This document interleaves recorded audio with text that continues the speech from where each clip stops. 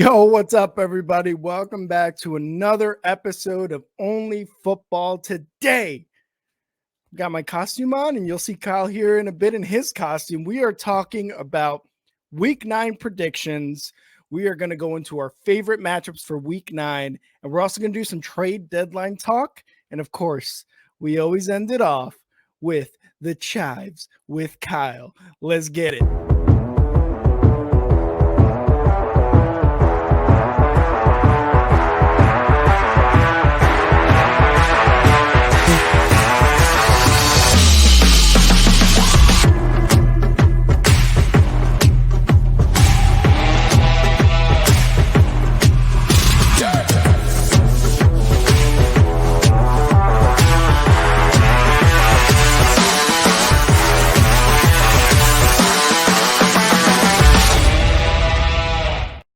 Sir, welcome to the Only Football Podcast. Especially happy tonight following the Thursday Night Football. We were rated today by Mr. Tom Grassi. Thank you, all of you guys that came in today and still hanging out with us.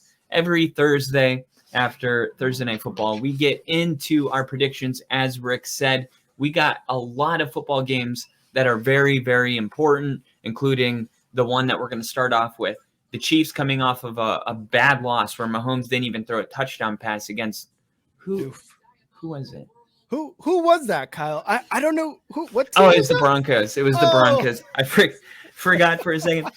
And look, as much as I'm like, acting a little cocky about it, I have no room to. And what I will say about it is, I would be scared to play the Chiefs after what just happened. You know what I mean? Yes. But the real question is, should the Dolphins be afraid to play the Chiefs, or should the Chiefs be afraid to play the Dolphins? And who's going to win? Rick, help me out with this game.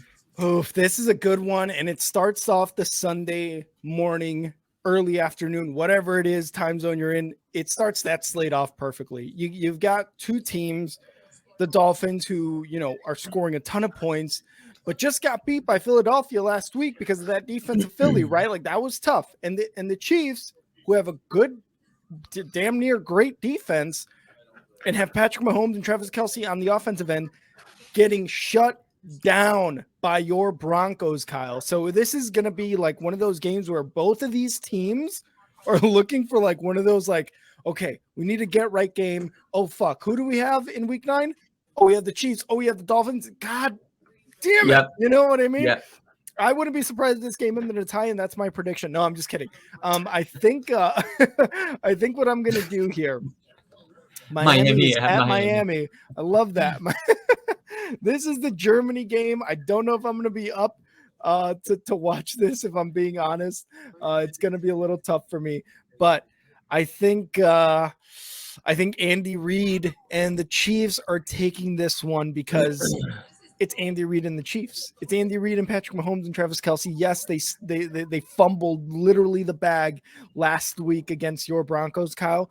But I think against the Dolphins, whose defense is like very bottom of the barrel type of defense. Like, they're nowhere near mid-tier in any really defensive categories except sacks. But that offensive line for the Chiefs is pretty damn good, and they're going to, protect Patrick Mahomes at all costs to get this dub in Germany.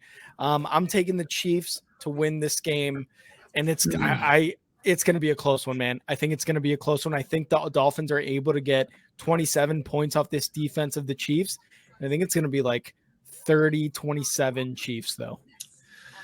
Yeah, this one's a little tough because we've seen the Dolphins play Buffalo, and we've seen them play who's the other team that they played and lost? The Eagles on Sunday Night Football. Okay. So it's kind of been like every time the Dolphins have a prove it game, they don't prove anything. I'm actually gonna go with the Dolphins here. The reason I'm taking the Dolphins is because whether people want to admit it or not, I do think that the Chiefs have a receiver problem, right? Mm-hmm. They don't have that deep threat that they're so accustomed to having. Patrick Mahomes is so great, and the Dolphins haven't proved anything. But the real reason I'm going Dolphins here is because Jalen Ramsey is back and playing for this Miami defense. I do think that he's going to get an interception, which will be 2 Wow. interceptions Wow. in his first 2 weeks because he got one last week. And actually, they were playing really close with the Patriots, and it was actually a Jalen Ramsey pick that turned everything around. So I'm gonna have to go with the Dolphins here, but I don't feel confident about it. And if you guys are new here, every week I have one game where I say don't touch it. Mm-hmm. And this is going to be, even like last week, the very first game was my don't touch it. Yeah. This week, the very first game is my don't touch it. But if you force my hand, I think it's only a matter of time before Miami has to win, one of these games. I like it. And I, the Jalen Ramsey factor, huge for the Dolphins defense. Like I said, they're not great. They get a lot of sacks, and that's kind of what they're top 5 or top 10 top 7, something like that. But you said it either last week or a couple weeks ago. Jalen Ramsey being back, and then Xavier Howard, I believe, is going to come back later on this season. Both of those guys at cornerback will elevate this defense, right? Because if the Dolphins can get sacks, if they can do that, they pressure the quarterback a lot. That's what that means, meaning the quarterback is going to make a lot of bad decisions. And two of those bad decisions can be Xavier Howard and Jalen Ramsey. So when you have both of those guys there back finally, it's going to turn into a lot of turnovers. But I'm sticking with my pick with the Chiefs. I think Patrick Mahomes is like, I had the flu. That's not me. Taylor Swift might be doing her tour in Germany. She might be there. Maybe Travis Kelce will play like the guy that he's been these last few years. I still think the Chiefs are going to eke out a win by 3, by 4, something like that for the Chiefs. Yeah, no, I could definitely see it. I don't even know if Mahomes has maybe once lost 2 games in a row. That's not really his cup of tea. So yeah, this is gonna be a tough game. But remember, that same pressure is on Miami to beat a competitive football team. Going into our next game, this one's going to be really interesting because Minnesota lost Kirk Cousins. He's out for the season. Kevin O'Connell was on the Pat McAfee show today talking about bringing in Joshua Dobbs from Arizona. We'll talk more about trade deadline stuff later, but they're going to Atlanta and playing the Falcons. This is a tough one, but I'm leaning towards Atlanta. Yeah, I'm also leaning towards Atlanta because Kirk Cousins, like, they lost Justin Jefferson, right? Luckily, they were able to draft Jordan Addison this past draft. And he made up for it, right? Like, he's still a rookie. He's not as good as Justin Jefferson is, but you can't lose Kirk Cousins and expect to be in the same position, right? Like, you just can't, right? Justin Jefferson was a huge loss. Don't get me wrong, but Kirk Cousins is the guy who's throwing him the ball. So Kirk Cousins is the guy throwing it to Madison, to Addison, to Hawkinson. A lot of sins here. But when you lose Kirk Cousins, when you lose that main cog in the offensive machine, Joshua Dobbs is not going to be that guy, man. He's not. We saw what he was in Arizona, a gritty quarterback. I just don't think, and I don't believe he's playing because I think they're starting Jaron Hall, just like you said, the rookie Jaron Hall. I don't think either of these guys are going to really be able to make an impact like Kirk Cousins will. Now, on Atlanta's side, I am taking them to win this game, especially at home. And the big reason why, Kyle, is because Heineke is starting this game for the Falcons. It's no longer Desmond Ridder time. It is Heineke time. We saw how he was doing. Yeah, I'm pretty sure I read that. And if you can look that up, that'd be amazing. No, there's no official decision yet. Oh, okay. I thought that was a decision already. Yeah, as of 22 minutes ago, there hasn't been any decision. But what I was going to put up was actually this. And we could talk about this for a second anyway, because this is a controversy in itself. Was he benched? Was he not benched? Like, they said he was in concussion protocol, but then he passed it, but then he got benched because of it. It doesn't really add up. And there was a guy that was doing this last year. I think it was Atlanta, where I think it's the same coach, where he was like benching his quarterback, but he wasn't benching. Yeah. Does that ring a bell? No, I think no, it wasn't Miami. It wasn't with Tua, right? No. I said Atlanta. Oh, okay. So with it may have Arthur been Smith. Mariota. It may have been Mariota. I think it was Mariota where it was like he's benched, but he's not benched. No, it was Zach Wilson and Robert Saleh where he Oh, pulled him out of the game. that's what it And they were like, was. no, we just had a package, dialed up for a guy that played Canadian football. Like, come on. No, this is to me like if he was playing well, would he have been pulled? No. So let's call a spade a spade. He was totally benched because of his performance. Had he been playing good, he wouldn't have been benched. It's simple. So I don't know what to make of it. Like you said, if Desmond Ridder gets the nod, or if he doesn't, then of course, then he's legitimately benched, right? And then it will have to be actually spoken. But it's a weird situation altogether, and definitely not something you feel confident about going into the game. No, especially if you're a Falcons fan, man. Like I thought for sure, I thought I had read something that said, maybe I had read something about last week, that Heineke was going to be the guy this week. I think what happened last week too, like Desmond Ridder, sure, you want to call it concussion protocol, awesome. You're trying to keep the guy safe. Regardless, he is not playing that well. I think he's had one like above average game this entire season. That's already 8. We're already about to be in week 9, right? Like if it's Taylor Heineke, he's proven that he can get, wins. He's shown that the last couple of years in Washington. And that's that they brought in, like Carson Wentz, and they had other quarterbacks there. So I think Taylor Heineke should be the guy you go with. I feel like he's someone who's going to get the ball to Drake London and to Pitts. Like he's going to be a guy that recognizes who his weapons are and be able to get them to them, get the ball in their hands to make plays. I'm taking Atlanta at home. This is a weird one. But I think I'm taking Atlanta at home for sure. Yeah, and the last thing I'll say about it before we get into our next game, which is a freaking awesome game, by the way.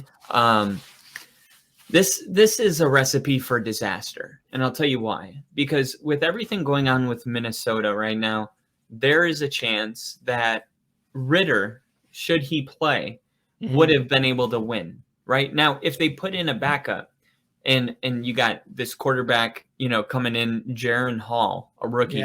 Yeah.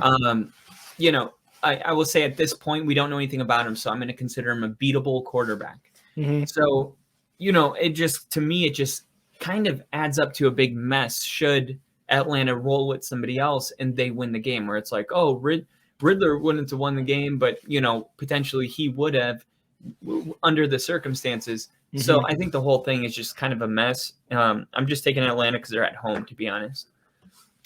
Yeah. Like I said, this is a weird one, and that's what made me lean more towards Atlanta. Is they're at home, and Arthur Smith doing a pretty okay job, and if he does bench Desmond Ridder, I think he's going to be doing an exceptional job. Absolutely, and here we go, man. We're getting into some good stuff right here. We already talked Chiefs. Here's the other one. I was watching First Take today, and they had a conversation about what would be the most impactful win any team could have this week. And there was a debate because some people were saying Cowboys over Eagles. However, Stephen A said it would actually be the Seahawks winning over the Ravens. Yeah. And okay, that's weird. I'm like clicking it and it won't show, but Okay. it's see if I can get it done. No, thank you. Maybe there you go. It for me. Look, I agree for a couple reasons. Baltimore, they're rolling right now. Like, yes, they played. Arizona had not really a chance to come back. I'm not going to look into it. Baltimore won that game. Yeah. And then the week before, they dominated the Lions. So Seattle, though, they're leading their division, right? The NFC West right now, Seattle's in the lead. They just made a move to get Williams from the Giants. I believe that's his last name, a defensive tackle. They're trying to add depth, which tells me that they're trying to get over the hump. They don't want to be the underdog in their own division. They want to run away with this division. What better way to, prove to the world that you can do that than going into Baltimore, which is, by the way, we lived in south of Seattle for a while. That's a far travel, to get from there all the way over to Maryland, downtown, like DC, whatever you want to say. I mean, it's a far trip. Baltimore at home is a really good home field advantage. This game is really difficult to pick. And where do you stand with this game? And do you agree that this would be the most impressive win Seattle, out of any team that a team could have. I definitely agree for this week. And I'm glad you brought that point up because you said they're leading their division right now. The 49ers have lost 3 weeks in a row and they're on a bye this week. Seattle's 1 game above the 49ers right now. If they can get 2 wins above them, and I believe they already had their bye week. I may be mistaken, so I'll double check on that. But if you can go 2 games up on the 49ers who are looking bad and who really needed this bye week, that's going to be huge for you. In week 9, I definitely think this is one of the games that Seattle needs to win. On the other side with Baltimore, their defense is good. And like you said, we're not really going to look into that Cardinals, it was they won the game. They 100% won the game, right? They didn't, the Cardinals didn't lose that game. The Baltimore Ravens won that game. What is very kind of like concerning is how the Ravens defense in the fourth quarter is giving up a few scores. It was to them, it was to the Steelers. Like you said, they dominated the Lions, so there wasn't really anything to kind of go off of there. But those 2 games kind of worry me as far as the defense, right? You can hold them for 3 quarters, awesome. But if they're able to drive in that fourth quarter and get within a score, 3 points, whatever, now it's becoming scary, right? Because is the defense just shitting the bed late in the game? Like what is the problem? On the offensive side with Lamar Jackson, it doesn't seem to be a huge issue, although we've already run into the issues with receivers dropping passes, maybe Lamar's offense not necessarily getting off on the right foot and never really finding that good footing. Again, that Pittsburgh game, right, is a good example. But I think the defense holds this time. It's going to be tough. Geno Smith threw 2 interceptions last week against a very, very tough Browns defense. They were able to come away with the win at home, but I think in Baltimore, it's going to be a struggle. Is DK Metcalf going to have one of his usual DK games? We'll see, man. He seems frustrated sometimes that he's not getting the ball, and that transfers over into when he does get targets. So it does just seem a little like, okay, is this team really like leaning on DK to get those receiving yards? Or is Tyler Lockett, who's been there for, it seems like 30 years now in Seattle, I've seen his name since 2001, is he going to be the guy that leads to it? And Kenneth Walker, you can't forget about him, right? But I think the defense for the Ravens really does come out and go, hey, look what we did against the Lions, the one against the Cardinals, whatever. We're going to just chalk that up as a win. But look what we do against one of the top NFC playoff contenders in the Seahawks. I'm going Ravens at home. Yeah, I think I'm just ballparking these numbers, but the first 2 weeks of the season, I think Seattle was giving up like 29 points per game. And then in the last like 5 games, they're giving up, they're number 1 in the NFL. And if you look at their last 3 games, they are giving up 15.3, 15.7 points per game. And Baltimore's getting up 15.3. So you're right, man. Like when you really look at Seattle and this defense, man, their defense has really kind of come a long way. It seems like they fixed everything, and they're trying to kind of form an identity as a really tough defense. You know what I mean? Like if you look at the last 3 football games only, which is basically what have you done for me lately? Yep. Their competition, San Francisco, has given up 24 points, per game. Seattle, I mean, look, this is kind of like the turnaround time. There's a lot of defense kind of turning around. Remember the Giants turned it around against Buffalo? They're giving up 11.3 points per game in their last 3. Like, yeah, they played Zach Wilson, but that's still impressive. Minnesota 13.3, the Jets 15, Denver 15, Baltimore 15.3, Seattle 15.7. So I really do think that you have a great opportunity for one of these teams to kind of pull away, right? Whoever wins this game, it's going to be like, okay, that was a very significant win. Baltimore maybe means a little less because they're at home, but should Seattle get this win and their defense holds Lamar Jackson to, 14 points or something like that, this is going to be considered one of the top defenses in the NFL. And, it's just crazy because San Francisco in their division, that's been the team that everybody's been like, oh, that defense is scary. Seattle winning this game is like, hey, we're scary. You know what I mean? Forget about San Francisco. We can talk about them when they're leading their division. So this could be a big statement win for Geno Smith. And I said it after week 1. It was a prediction, but it was kind of bold. I said Geno Smith played his worst game of the entire season, and he got it out of the way week 1. And Geno Smith has been playing really good ever since. Yeah, that's all I got in this game, unless you got anything. I was just going to say, both of these teams are looking at the team behind them, whether they want to think, whether they want us to think that they aren't or not. The Steelers just got to win. They're a game behind the Ravens. The Ravens are like, we want to come away with this division. We want a certified playoff spot. The Seahawks are saying this is a perfect opportunity to go 2 games above the 49ers. Like I just said earlier, they're on a bye week. We can get 2 games ahead of them. Now we look like the favorites for this division, and that all depends on how the 49ers come out of their bye week. But both of these teams, the Ravens and the Seattle Seahawks, they're going, okay, this is a week. This is one of the weeks that is very important for us heading towards the playoffs. Definitely a must win. Another game that's a must win is Cleveland coming off of a loss to the Seattle Seahawks. I think Cleveland's been doing a good job of being really chippy. They've gone through this thing where they, don't have Deshaun Watson. PJ Walker's had to kind of step in and, do whatever they can. The Cardinals are definitely going the wrong direction after a pretty solid start, but this might be who they are. They might just be a team that plays competitively but can't do enough to win. I know Denver was that last year.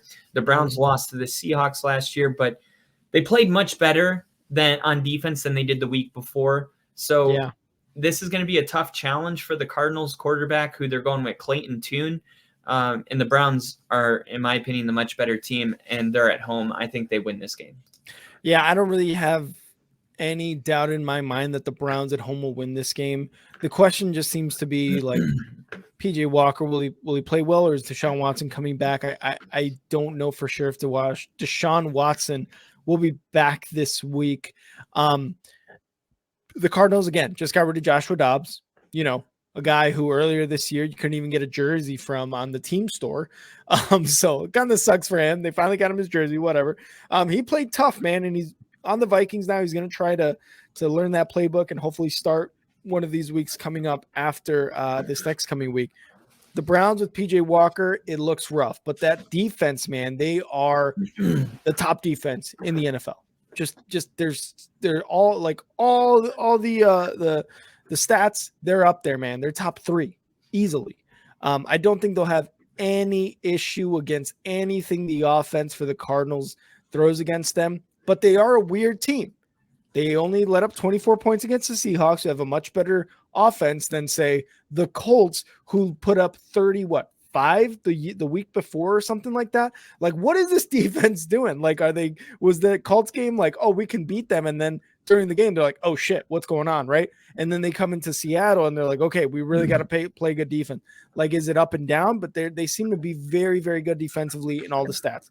I think this is just going to be one where they shut them down. Will they give up 14, 17 maybe? Sure. I think it might be garbage time touchdowns. They might give up 10 through 3 quarters, and they give up a garbage time touchdown in the 4th quarter. But I really have no doubt in my mind the Browns are going to win this game. Yeah, and there's really no update on Deshaun Watson. He's been saying that he's right where he needs to be to come back, but there's really no update about it. So it's, it's anybody's guess whether he comes back or not.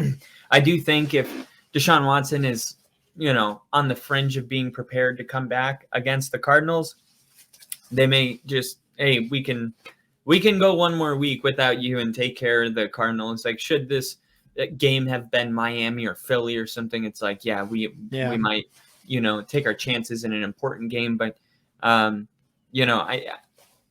just don't know. No one knows. You know what I mean? What's going on? The Deshaun Watson injury has been kind of close to the chest this whole time. Yeah.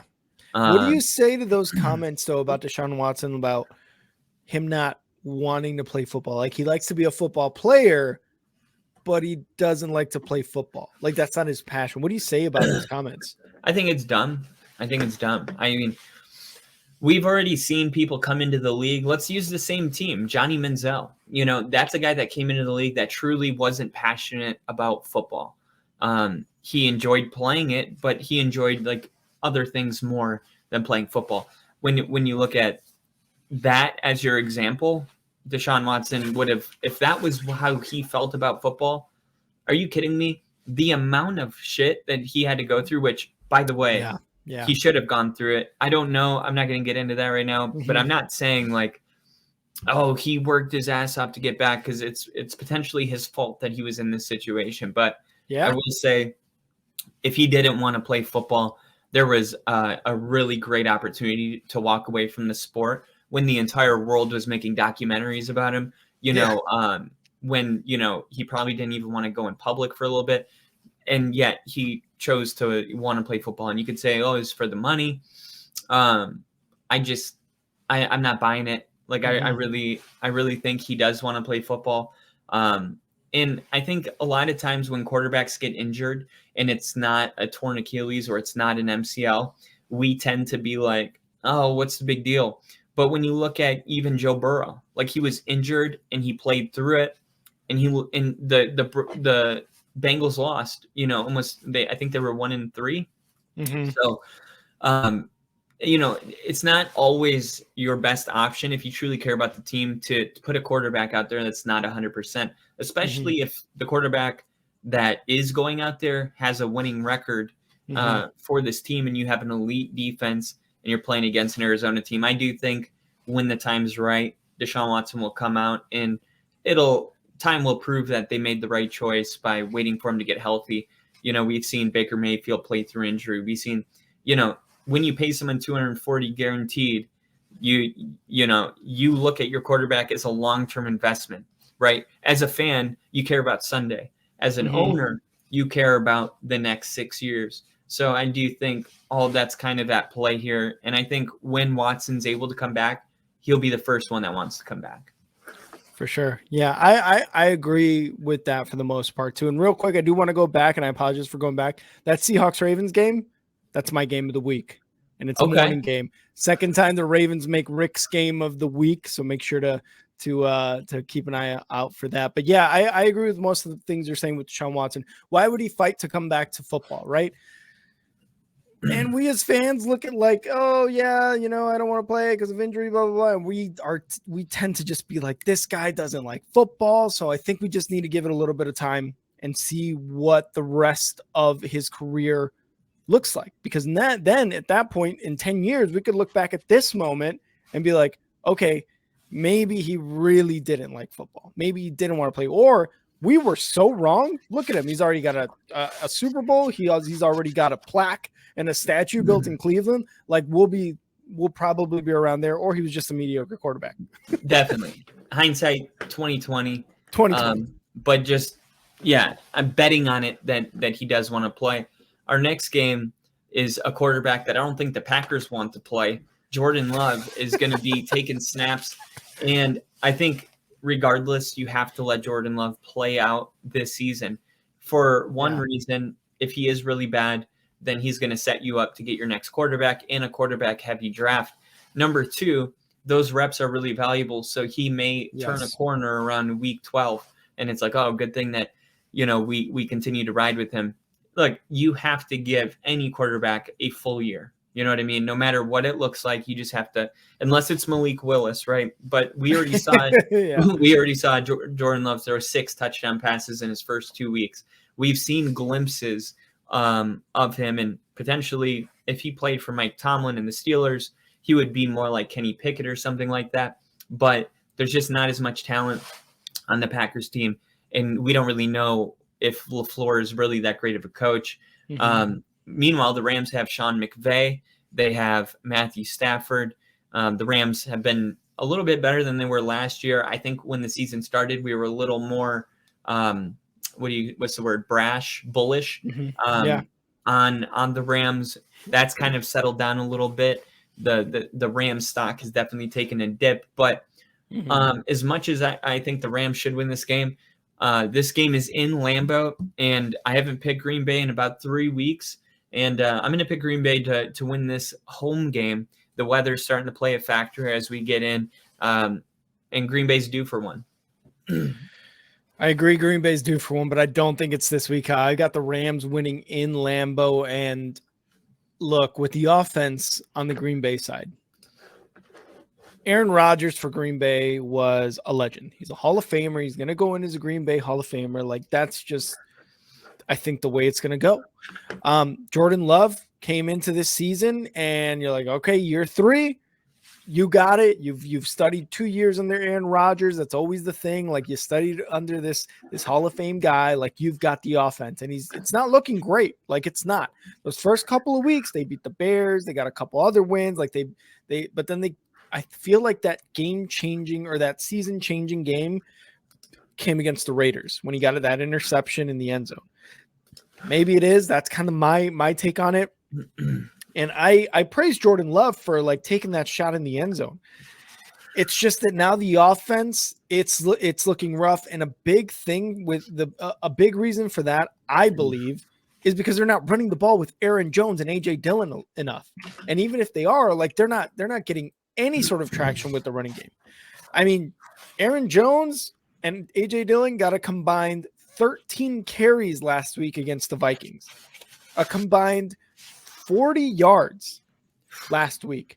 Jeez. Jordan Love, you can get Jordan Love to throw the ball 100%. He got 229 yards, a touchdown, and an interception. But your best offensive weapons right now are Aaron Jones and AJ Dillon. And even get Christian Watson involved in the pass game too, man. Like LaFleur is messing this up pretty badly. And Tyler, who we talked about is our resident Packers fan here in the chat and a viewer. He's always talking about how they're not getting Christian Watson involved. They aren't. We are always saying that when we stream games for the Packers. Like, we're like, where is the play calling for Christian Watson? It just seems to be non-existent. And then the running game, especially last week against the Vikings, which the Vikings have a bad defense. So I don't know how you didn't get the ball going with them. No, they're better now. They turned the corner. Yeah, you're right. The last couple weeks, I think it was that Bears game, they got a little bit better. But Brian Flores, it was only a matter of time. He upticked it. Yeah, he upticked that defense, but it was bad starting the year off, and you kind of want to challenge it again, right? Nothing on the ground game did he challenge it. So I'm taking the Rams for this one. And I don't even like it, but I just think that the talent on the Rams and the offense is a lot better. You got Matthew Stafford, who's probably going to be a Hall of Famer when it's all said and done. He's already got a Super Bowl. You got Cooper Kupp, Puka Nacua. The defense isn't great for the Rams, I don't think. So this may or may not be a high-scoring game. I can see this game honestly ending at like 13-9. But I could also see it ending 27-24. So I don't know. I'm taking the Rams just because, like, fuck it. Taking the Rams because of fuck it. And I should have and I should have quoted that instead. Our next game is really interesting because you got one team that's been really surprising everybody as far as the expectations go. And then you have one team that basically takes a week off, plays well, takes a week off, plays well. And Houston's coming off a loss to a winless Carolina team. Tampa Bay hitting the road to take on the Houston Texans. This is a game. This is a game that definitely on really, the schedule. This is a game that you might have to let marinate for a while. Yeah. But you know what? This one is really, really tough for me. So I'm leaning towards Houston because they just have great energy at home. That defense is playing really well. Tampa's defense is playing well, but I think Houston's defense is going to want to respond after losing to a winless team. That's really embarrassing. And when it comes to opponent points per game, Houston is where I had it. They're right here, 6th in the NFL. Wow. which is really good, right? And they're tied with 18.3 points per game. Guess with who? The Bears. Tampa Bay. Oh. So if this game feels really difficult, you know what I mean, to try to gauge, it's because it is. Which quarterback do you believe in more? I'm going to go with CJ Stroud at home. Yeah, I'm going to go with CJ Stroud too. And a big thing for me when I make these predictions, I go with my gut. I look at who's playing And within 1 second, I can already make my decision. Is that a good thing? Is that a bad thing? Who knows? I think overall, here at Only Football, we've got a pretty good percentage as far as calling winners straight up. So Yeah. so far going with our gut seems to be the way to go. You mentioned about the 18.3 points per game for both Tampa Bay and Houston. Yeah, that kind of checks. You got a rookie quarterback in CJ Stroud who's had a few good games and has maybe like 3-4 interceptions on the year. And then you got Baker Mayfield in Tampa Bay, who had a couple games early this season that really inflated, I guess, people's views on him. You know, one of them being the Bears, where they made him look like Tom fucking Brady. So that may be one of the reasons why Tampa Bay looks kind of favorable in this matchup, even as the away team. But like you said it perfectly. The Houston Texans have the better energy at home. They've got the rookie quarterback. They just lost by 2 on a last-second field goal to, yes, a winless team. But they were able to still play very good defense against that team. And yeah, it's Bryce Young and the Panthers, not a huge offensive threat, but it still means something, right? Like that defense is still kind of like, hey, we pride ourselves on being able to like hold this team to a last second field goal to win it. Like they had to drive down to get that, right? The Tampa Bay Bucks, man, Baker is just overthrowing his receivers. Like it doesn't seem like Mike Evans is going to be a 1,000-yard receiver ever again. It just seems that way, right? Like just with the way they've been playing offense. Baker has had like a couple of late game-winning drive interceptions instead of actual winning the game. So I don't really see that changing for him anytime soon. Man, this might be the game where if Baker does not perform at a high level, he might get benched for who's the guy behind them. I forget who the guy behind them is. It's not Jameis Winston. No. It's someone else. I'll look it up the name. I'll look up the name right now and tell you. But I think this is one of those games where if Baker does not perform at a high level against the Texans, like it might be time to bench Baker Mayfield. Yeah, and one thing to keep in mind too is what I put up right here is that Tampa played against Buffalo on Thursday, so they are going to come into this game more rested. Now, the Panthers aren't really that physical of a team. It's not like, last year teams after playing the 49ers were 0-17 because of how physical the Niners are. I don't know how much that helps because the thing is they played Carolina, but the Bucks played the Bills. So it's possible that Houston doesn't need the extra days and the Bucks did, which kind of just brings it back to even. I don't think it's going to play too much of a factor in this game, but it was something that I wanted to mention. Like it. And Kyle Trask is the backup to Baker Mayfield. So just a heads up there. Awesome. So thanks, Low Engine. Appreciate it. Thank you. We got a lot of really difficult games this week because a lot of tiers are playing each other. Yeah. Let's get into this one. The Commanders going to New England to play the Patriots that played kind of close to Miami, beat Buffalo the week before, got beat by the Raiders, all over the place. The Commanders, I really like, what they got going on at quarterback with what's his face? Mac Jones? No. The Commanders. Howell. Sam Howell. Yeah. He looks really good. Now, he didn't have his best game, but this is going to be one of those games where I'm taking New England, and I don't feel good about it. That is so funny the way you said it. You're just like, yeah, I'm taking New England, but I am not happy about it. That's just like you giving up, right? Like before the pick is even made, and I love it because that was such a genuine moment. I am actually taking Sam Howell and the Washington Commanders because how tough they played the Eagles. Now, they are basically the Achilles heel to the Eagles, right? Like they always play them tough. They were their first loss last year. Like all these things come up. And Sam Howell is just so good. And I think our newest subscriber and viewer, Lil Engine, had said something like, will Sam Howell be replaced? I don't think so. I don't think Sam Howell has any reason to be replaced. Has he had a lot of interceptions? Yes. Has he been sacked a lot? Yes. Has he been under pressure a lot? Yes.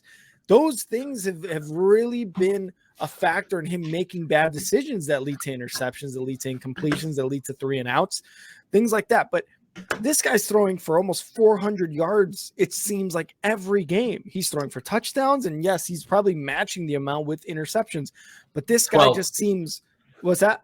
12th in the NFL. 12th in the NFL in what? In passing yards per game.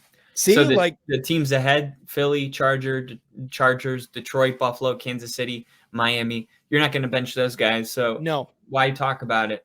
Exactly. Why talk about benching or replacing Sam Howell? This guy he's a superstar quarterback in the making right now. It just takes a better O-line. And I said that last week, like he needs a better offensive line. That's what Washington needs to invest in this offseason.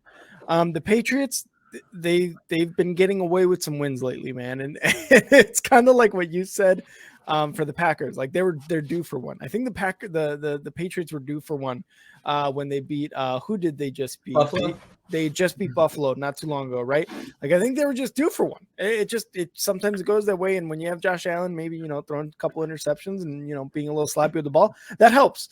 But I think Washington going into New England, yes, Washington just got rid of a lot of defensive talent, but that might just breed some more, I guess just like that excitement in the younger blood and the younger players against New England, right? Like you've seen it in Denver, right? You got rid of Randy Gregory and you see all these guys stepping up to take that place and making an impact. I think that's exactly what's going to happen in Washington.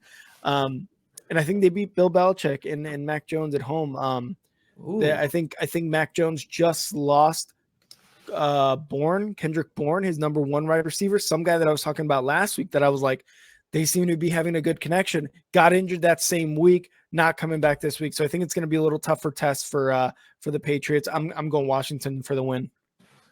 Yeah. And last week we agreed on every game besides one. Was it really just one game? It was the Broncos Chiefs game. Oh, that's right. And so far, definitely you can tell how split these games are because we haven't agreed on much, but I think it's just, because these games look like they're going to be really competitive. And here we go, Rick. Montez Sweat, a Chicago Bear, at home is the New Orleans Saints. Superdome. Mm-hmm. The Bears are playing for fill in the blank. Absolutely nothing, dude. I don't know what they're playing for. They're making moves. They're making moves. They're making moves. They're making moves like they're a player away. And we'll go into a little bit more depth onto my feelings with Montez Sweat. But look, Montez Sweat is a playmaker, right? A defensive end. The Bears don't have any of that on the defensive side of the ball. They just extended Billings, their defensive tackle, as well. we were making fun of him. We're like, that is a large human being when they played the Chargers. I don't know if you remember. That was the guy who they just extended. He's pretty decent. He's made a couple good plays this year. Not consistently, but it is what it is. Montez Sweat brings a little bit more consistency to that edge rushing game. So against the Saints, they're going to the Superdome, and Tyson Bagent is coming in again. I don't know. I really don't know what to say about this game. Will Tyson Bagent look like Tyson Bagent against the Raiders, or will he look like Tyson Bagent against the Chargers? Who knows, man? Because the play calling has been so inconsistent with Getsy that, and I've heard you say it. I've said it. I've thought it. I've heard other people say it. The Bears don't have an identity. You thought after the Commanders game that maybe it was a passing identity. No. Why? Because we started to run the ball a lot now with Deontay Foreman because our running backs were hurt. And now it's like, oh, Deontay Foreman's the guy and we're not really passing it, or we can't pass it. I don't know what the fucking identity of this Bears team is. We can't play defense. The run game seems to be the only thing that works. So that might be the identity that we have to lean into. The pass game, very up and down because Justin Fields has struggled and Tyson Bagent has struggled. Why have they struggled? Because the offensive line gets hurt and because the centers are probably the roughest part of this offensive line. Regardless, the Saints, I think they came off a pretty big win, if I'm not mistaken, last week against the Colts. Yeah, that very high-scoring game. After a very kind of defeating game against the I forget who it was, but it was the touchdown that was dropped in the end zone by Foster Moreau. Saints with Derek Carr looked pretty damn good with the Colts. He's trying to get more people involved. Michael Thomas, we saw his name pop up at one point. We're like, wow, he's still in the league. That's crazy. The defense is starting to look a little bit better too for the Saints. Even though they did just kind of give up 28 points or something like that to the Colts, 27. But I think they're going to play the Bears. I really don't think they should have a problem against the Bears, man. I'm taking the Saints at home. This shouldn't be that difficult. A third game for a Division II quarterback starting, like this really shouldn't be that difficult for the Saints. Yeah, I'm taking the Bears here. Ooh. I'm taking the Bears here if Justin Fields plays. If Justin Fields plays, I think that's the X factor because he's not playing though. Nothing certain yet. No, they said Tyson Bagent. He's questionable on fantasy football. Oh, okay. He's my quarterback. Who said Tyson Bagent? I read a lot of the like NBC Chicago sports, and they said that Tyson Bagent is ready to go for week 3. Participate in Thursday's practice, but he's not ruled out. According to Ian Rappaport and NFL Network, Bears head coach Matt Eberflus hinted Monday that Fields may be able to practice in some fashion this week, but the quarterback has remained sidelined for the team's first 2 sessions of week 9 while he continues to recover. So it's I would say it's not even officially listed as doubtful, but it sounds like doubtful.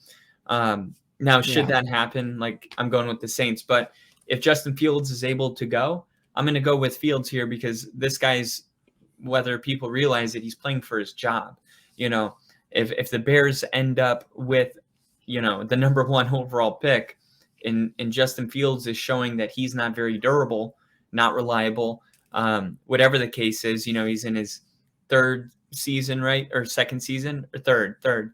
He's in his 3rd season and the Bears have yet to have a winning record. So it doesn't matter if it's his fault or not. That's the way it's looked at. The quarterback eventually gets moved, even if it's not his fault. So I think Justin Fields knows that he's playing for his job. So I think if he comes in, I think he's so good that he could be the best player on the field when he plays, you know what I mean, in any game. And in that type of situation, anything could happen. So we'll see. I'm with you on the Saints pick, but should Justin Fields get the nod on Sunday morning, I think the Bears are going to be on upset alert because the Saints are favored to win this game.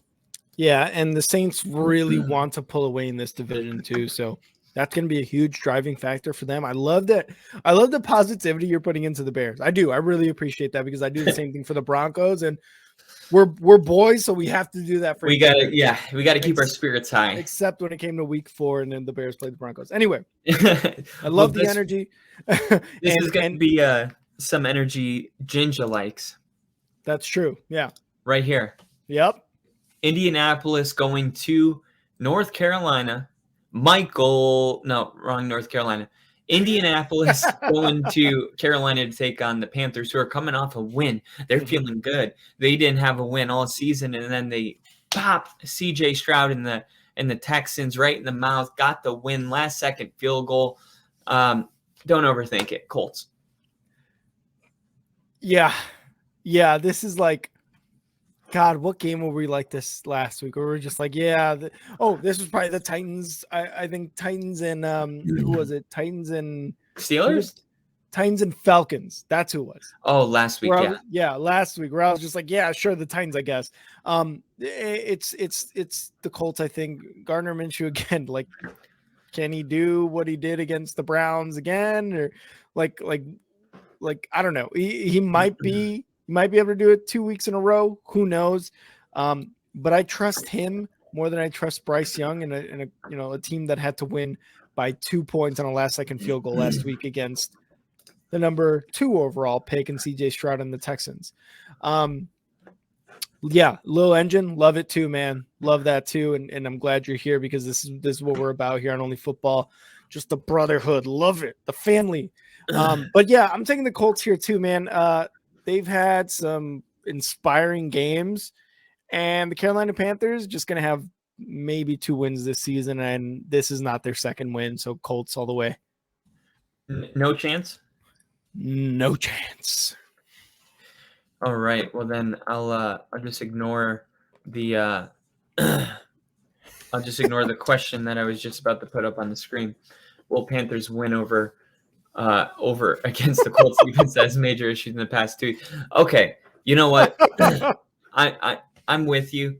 And if you guys are joining us for the first time, it's probably, there's all these things I've said in the past that you've never heard. So I'm going to repeat a couple things. Number one, I never believed in Bryce Young, and I'm not a hater. I don't really cheer for anybody to be bad. I always want everybody to be awesome, and that's the truth. But I also, doing this podcast, I feel like I have a responsibility to be somewhat honest about what I'm seeing. And from the very beginning, I just didn't think Bryce Young was going to cut it. Now, I'm not like, the way I feel about Malik Willis is like, oh, I've moved on. Done. But Yeah. the only reason like I'm not done with the Panthers is because they don't really have weapons. They traded DJ Moore, to get their quarterback, which kind of hurt their quarterback.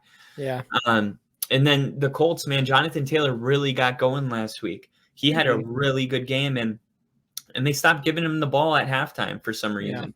Yeah. So I think they're going to get back to running the football, and I think you and I are both taking the Colts here. 100%. Hopefully they do go to running the ball, man, because you can't not have Jonathan Taylor touch the ball in the second half. That's just stupid. Yeah, no, I totally agree. And Bill, it is time for this is awesome, man, because the Raiders fired Josh McDaniels last night. Okay. They bring in interim head coach Antonio Pierce, and Pierce comes in and he's like, I was born and raised in Compton. Like I grew up on NWA. Like I bleed basically Raiders. Like, and this is really important because it seems like the Raiders for the last 10 years, people are like, oh, they need to get back to what? They haven't been good in decades. Like everybody that's saying thinking that, oh, the Raiders were good, don't realize how long it's been. They've gone to the playoffs twice in, I think, 20 years. Yeah, and the last time they were good was like 2002. No, they've gone twice since 2002. But but still, that's 2 playoff appearances in that whole time. And the entire time, it's always felt like there's never been kind of that Raiders coach, right? It's like even I think John Gruden, when he was first, signed on the 10-year, $100 million, there was thinking like, oh, John Gruden's going to bring that kind of Raider toughness back. But then, he's racist, so he got fired. But ever since their Super Bowls, like they really haven't had somebody that's like, that wasn't scripted, that wasn't fake. Like I really think he's really excited about this opportunity, and I think his team is going to play for him. Last year when the Colts had to fire their Frank Reich, I think they made Jeff Saturday the interim coach, and they played down to the very last second against Philly just a couple days later. There is something about, freshness, new energy in the building. They also fired their GM, so they do have an interim general manager. A lot of change going on. And the Giants, they played Buffalo really close. Then they get a win. Last week, they ended up losing late. But this Giants defense in the last 3 games has been really, really good. In the last 3 weeks, hold on one second. Scoring defense. In the last 3 weeks, the Giants are number 1 in the NFL. They're giving up 11.3 points per game, which means that they've done a massive turnaround, just like the Broncos did defensively. So this is another one that's like really, really tough. But I think at home, God, I hate doing this, but I think it's just going to be one of those emotional games. You know what? I'm saying the emotions aren't good enough. Giants win. Yes, Bill loves that pick, and Bill's going to love this too because I'm going Giants too, man. I am going Giants in Vegas, and what a poetic thing that Antonio Pierce, someone who won 2 Super Bowls with the Giants, his first game as an interim head coach is against the Giants. So this is going to be what a poetic way to start your career as a head coach that way, right? The Giants, this is just a game of two teams with like they've had a rough stretch. They have had a rough stretch. But you got to go with the more stabilized team in Dable and the Giants, right? Like Tyrod Taylor has played okay, like in the backup role, and I don't know if I'm pretty sure he's gonna start if I'm not mistaken, or is it Danny Dimes? I'm not too sure who's gonna start. The It's going to Raiders. be Daniel Jones, I'm pretty sure. Okay, so Danny Dimes is starting, and with the Raiders, man, they just fired their head coach. Finally. Well, no. It says the Giants might be down to the third team quarterback, so it's either Daniel Jones or the third quarterback, but it's definitely not Tyrod Taylor. Okay, so not Tyrod Taylor. It's one of those two guys, either DeVito or Danny Dimes. Bill, let us know, and maybe you have more of an inside scoop, but it's going to be one of those two guys. Yeah. And the Raiders, they just fired their head coach again. Finally, like it was due, right? Like he's terrible. He's a terrible coach. And Jimmy G has just been playing awful. Like Devontae Adams last week had 1 reception, 11 yards. So like it's just not what we do. And I feel like we talk about this week after week after week. We talk about how you don't just give him 1 look, 2 looks. You give him 15 looks. And if he gets 1 reception out of that, at least you fucking tried, right? Like It's Devontae Adams. But you saw Hunter Renfrow, like he's had a rough season. He was a 1,000-yard receiver a couple of years back. I don't know if anybody remembers that. He was a 1,000-yard receiver. They got rid of Darren Waller. Like nothing about this Raiders team excites me and should excite anybody.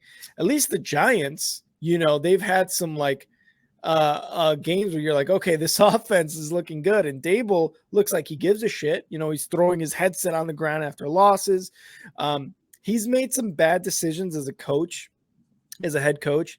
One of them being last week when you don't go for it on 4th and 1 or whatever it was. And instead you go for a field goal that you miss. Yes, you thought that was going to be a score, but come on, you go for it on 4th and 1 there to get the win. And he's made some bad decisions, but yeah, I just think they're the better team than Vegas. So I'm going Giants as well. And I'm sure Bill's happy about that. Yeah, and by the way, I just want to say this, like the only reason I'm actually going with the Giants is because I hate the Raiders. I actually think the situation that the Raiders are in right now, is set up pretty nicely for the Raiders to win. Should they score around 20 points, that would probably be enough to win the game. So it's not like, they have to do that much to win because of the situation the Giants are in right now. But I'm going to go with the Giants because if it's a toss-up, I'm never taking the Raiders in a toss-up. And Bill said it, though. Max Crosby is a monster. I'm really excited about this next one, and I gotta do something really quick because I gotta go to the bathroom. But I'm going to set it up for you right here. Sweet. And this is probably the game of the week. We'll be streaming it here on Only Football. The Dallas Cowboys taking on the Philadelphia Eagles, the best team in the NFL. Dallas coming off of that loss to the 49ers where they looked like they didn't even belong in the NFL, but then they put together a win against the Chargers, and then they went to the bye week, and then last week at home, they had a very, very dominant win over who the hell was it? Somebody that they should have beat. The Rams, but 43. not necessarily like that. Yeah. So, like the stock is pretty up on Dallas, but Dallas has a way of making you feel stupid every time you buy in. But Philly also has, for most of the season, been like, yeah, they're not what they were last year, but they're still winning all their games. And then they, handled Miami, and then we were like, shoot them up to number 1 in the power rankings. This is like a really important game for us to understand what's going on with both of these teams. And I want to hear what you have to say, and I'm going to use the bathroom real quick. Okay. This game, this is going to be probably the game of the week. And this is something that a few weeks ago, Kyle mentioned it. 49ers, Cowboys. We thought, oh man, this is a great week 4 or 5 game, whatever it was, 6 game, week 6 game. We're like, wow, this one is really going to tell us who's the best team in the NFC. 49ers smoked the Cowboys, absolutely just embarrassed them. But what has happened since is the Cowboys are 2-0 and the 49ers are 0-3. So was that really a measuring stick game at that time? Yes, it definitely seemed that way. But Dallas has come out 2-0 and they look just as good as they did before that 49ers team. So maybe I overreacted during that game 100% because Kyle said it. No, their floor is 6 games to win for the Cowboys, right? Currently, the Cowboys sitting at 5-2. Can they get their 6th win against the Eagles? Oof, this is the tough one for me because I don't think they get their 6th win against the Eagles. I think I'm taking the Eagles to win this one at home. This is going to be a very, very interesting game between both of these teams. And like you said, game of the week for sure. The Eagles have just looked good the last couple of weeks. AJ Brown is on a tear. Jalen Hurts is on a tear. This defense is on a tear. They held Miami to 14 points, 13 points. Like that's awesome. That's insane. And Philly knows how good they are, and they're just going to continue to be that way. Yes, they gave up 31 to the Commanders last week, but again, that's their Achilles heel, man. Every team has one, except for the 72 Dolphins or whatever Dolphins team went undefeated. It just seemed like, the Commanders have their number. But I think Philly comes out and wins this game. I think Dallas gets their 3rd loss of the year. And I'm going to go into depth a little bit more when we get to our favorite matchups of week 9, but I'm taking Philly at home, and this might be another close game for Philly like it was last week. Yeah, and if you guys, we got 11 new people in, but Philly has always been my Super Bowl team. Mm-hmm. I thought they should have won last year. We won't go down that rabbit hole. But this year, I was like, they're definitely going to make it to the Super Bowl, which means they're the best team in the NFC, which may surprise you because what I'm about to say next is upset of the week. Upset of the week. What? Who? The Dallas Cowboys are going to win. They're going to go in Philly. Not favored to win this game at all. Now, they've gone on the road and played the 49ers and got absolutely embarrassed. George Kittle lifts his shirt and it says, "Fuck Dallas," right on his T-shirt. They literally got embarrassed. Micah Parsons went back and said, if he wants to make it personal, we can make it personal. Clearly, it's very personal. And this Dallas Cowboys team has responded. The fact of the matter is, Philly has maybe more talent on the roster, and I trust Jalen Hurts. I think he's the 2nd, 3rd best quarterback in the NFL with Joe Burrow.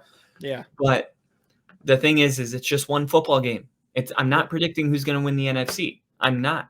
But I am predicting that Dallas absolutely has already felt what it feels like to be embarrassed on national television. And when you really look at it, NFL team opponent yards per game, Dallas is the number 3 defense in the NFL, while Philly is at number 8. Now, it's pretty close. Dallas has given up 287 yards per game. Philly's given up 313. If you look at the last 3, Dallas has given up 324, which is a little more than usual, and Philly's given up 320. So if you're a what have you done for me lately kind of guy, Philly's defense is better. But at the end of the day, man, I just don't see Dallas. I really think like this is their Super Bowl. You know what I mean? And this is a season-changing game for sure. And I think it's a season-changing game for Dallas, but not for Philly. Like, I think Philly can lose this game and just move on. But Washington was able to play them close twice, right? They played them really close and almost beat them, 3 weeks ago. And then it happened again last week. I think 31-38, your final score. And then the week before that, they got beat by the Jets. This tells me that even though we're really high on Philly, the truth is that they're beatable. Now, the domination win against the Miami Dolphins was the reason we were like, oh my God, this team is unbelievable. But the reality is we're judging the wrong things because Miami hadn't beaten a good team yet. And we just assumed that they were really good. So when Philly beat them, it was like, holy shit, look how good this team is. But in reality, What if everybody's about the same? What if there isn't even one team this year that is completely dominating every other team? Because it really does feel that there's only 3 tiers, and it's tier 2, 3, and 4, right? 49ers were the only tier 1 team, in my opinion, and clearly they're not anymore. Nope. Philly has played close. They've shown that they're beatable. They got beat by freaking Zach Wilson. I mean, you can say it's just a bad day at the office, but they've come close to losing for 3 weeks in a row. And for sure, you know, Dallas is not going to want to be embarrassed on prime time again. Dallas has never beaten Dallas while Jalen Hurts is the quarterback. There's plenty of reasons to go with Philly at home, Meek Mill, all of it. I get all of that. Hell yeah. But after what happened in San Francisco, I just think that's something that kind of burning energy after you get embarrassed on national TV, that's not something that you can get. That's something that has to happen to you. And that hasn't happened really to Philly. I won't be surprised if Philly's able to handle it, but I'm going to go with Dallas here. And this is going to be my upset of the week. Dallas is going to get a win. Everyone by the way, is going to blow it way out of proportion on Monday morning. You know how it's going to go. It's not. This isn't how it's going to go. But this is a Dallas team that if Dak plays a clean football game and doesn't throw interceptions, there's no reason that this team shouldn't be competing for a Super Bowl. So why not? That's basically the way I'm looking at it. I'm going to give Dallas an opportunity to prove that they belong in the same conversation when we're talking about Super Bowls, then 49ers, then because I told you right after the 49ers game, I'm not out on Dallas. I'm not. Yep. This was clearly a terrible day for Dallas. And I had mentioned that while I was talking too. I was like, I overreacted because you said it. The floor for Dallas is 6 wins. I just don't think they're going to get it this one. I think Philly does come away with the win, but I love everything you said because this is going to be a very damn good game. And it sucks that it's not prime time, but it is going to be part of the PM slate. And I think this one is the last game to go final. What do you mean by that? It's going to be close. Like it might go into overtime. Like it might be one of those types of games. Okay. So you think it's going to come down to the wire? Going to come down to the wire, and it might be one of those like, oh yeah, the Colts are beating the Panthers by a lot. Oh yeah, the Giants already have the dub. Cowboys and Eagles is the game you want to watch right now.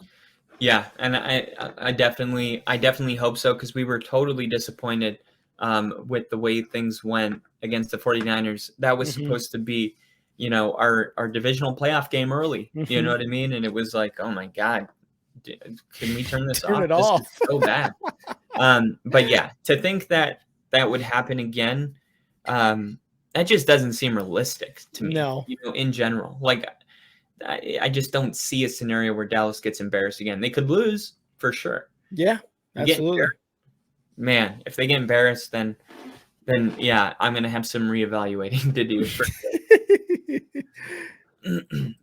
So that is our Sunday night football game, and then we have our game of the week. And this is a really, really, really. Actually, I'm going to hit this really quick before we go. Little Engine said, before I fall asleep, I enjoyed this podcast tonight. I'm running out of fuel from NyQuil I took from a cold I've been battling. I'm right there with you. Night all. Go Jets, go Broncos, and go Bears. Absolutely. Thank you for coming in today and spending time with us. And hope you feel better, man. I'm battling something too right now, and it is not fun. But yeah, man, once again, thanks for coming in and spending the day with us, and we hope to see you again soon. 100%, man. Thank you for joining us. Appreciate the sub. Appreciate you in the comments. Have a good night and feel better. This next game is the most emotional game of the week by far, because Damar Hamlin literally died on the field last year during this game, and they had to cancel it. Something I've never seen in my life.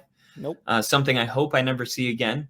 And they never got to play, and then we eventually did see them play in the playoffs, but it just seemed like Buffalo was not ready for that game. Cincinnati dominated Buffalo in the playoffs, and Buffalo is what are they? They're coming off a win against Tampa, which means about nothing, and Cincinnati's coming off a win from the 49ers, which means a lot. So when I look at this game, I hate it because I mentioned it earlier. If Cincinnati wins, then Buffalo and Denver on Monday night next week is going to be, oh, Buffalo's angry. I don't want it, but Yeah. I got to call it like I see it. Yeah. And the way I see it is that Cincinnati is probably the second or third best team in the NFL right now, and Buffalo's down at like 5 or 6. So I'm going to go with the Bengals. Yeah, this is a good one. This is the divisional matchup from last year where the Bengals took the dub. And yes, you mentioned that game that was canceled by the NFL week 17, week 16, whatever it was, with the Damar Hamlin incident that happened. He literally died on the field, like you said. So there's going to be a rematch of that game and of the divisional round where Cincinnati was able to beat the Bills, and the Bills looked rough against them in the divisional round. This year, the Bengals got back to 4-4, I believe, or 4-3, something like that. And the Bills are 5-3. I don't have it in front of me, but they have a winning record. So yeah, they have a winning record. Both teams have a winning record.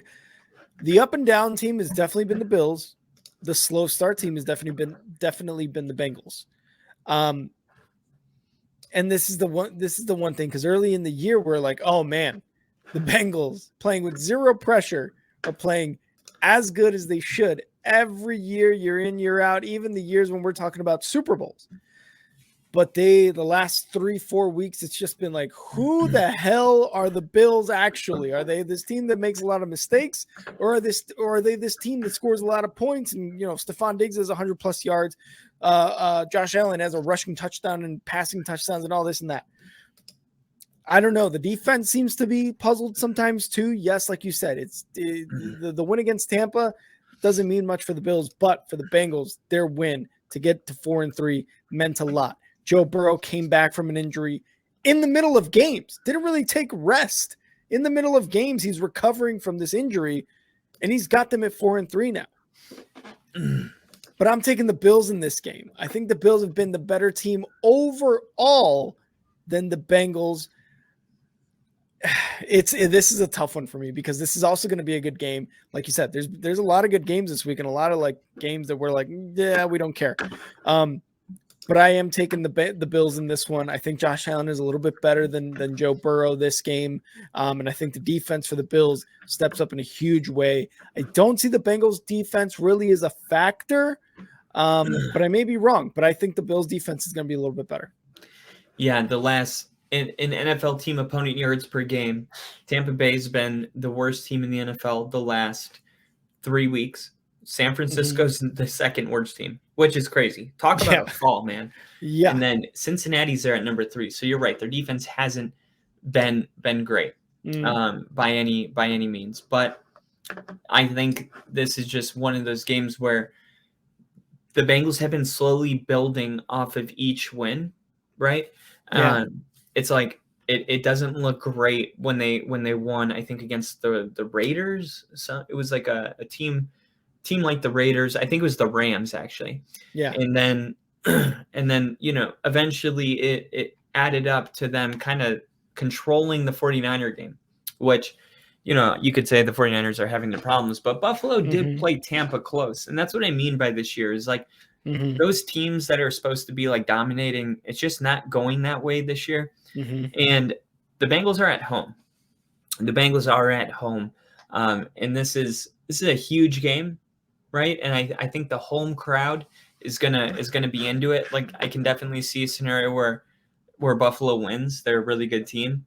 But there's extra days of rest too for Buffalo because they played Thursday night. So they're going to be a little more well rested. And Cincinnati played San Francisco, which is a very physical team. So Cincinnati may be more banged up, but I'm just going to bet that the Monday Night Football is enough adrenaline to kind of just level the playing field. And I think the way Joe Burrow dominated the Bills last year in the playoffs, my prediction is that it happens again. Ooh, love it.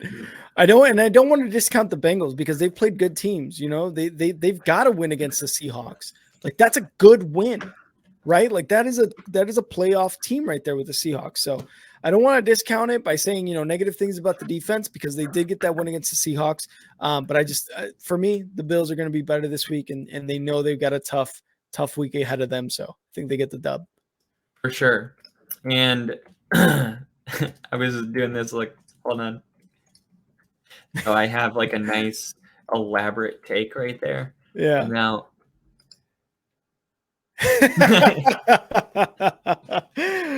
Bills win. Yup. Bills win, Rick. Short, sweet, to the point. No, he said a lot more than that, and it'll be fun to see what happens. Bill should be Bills.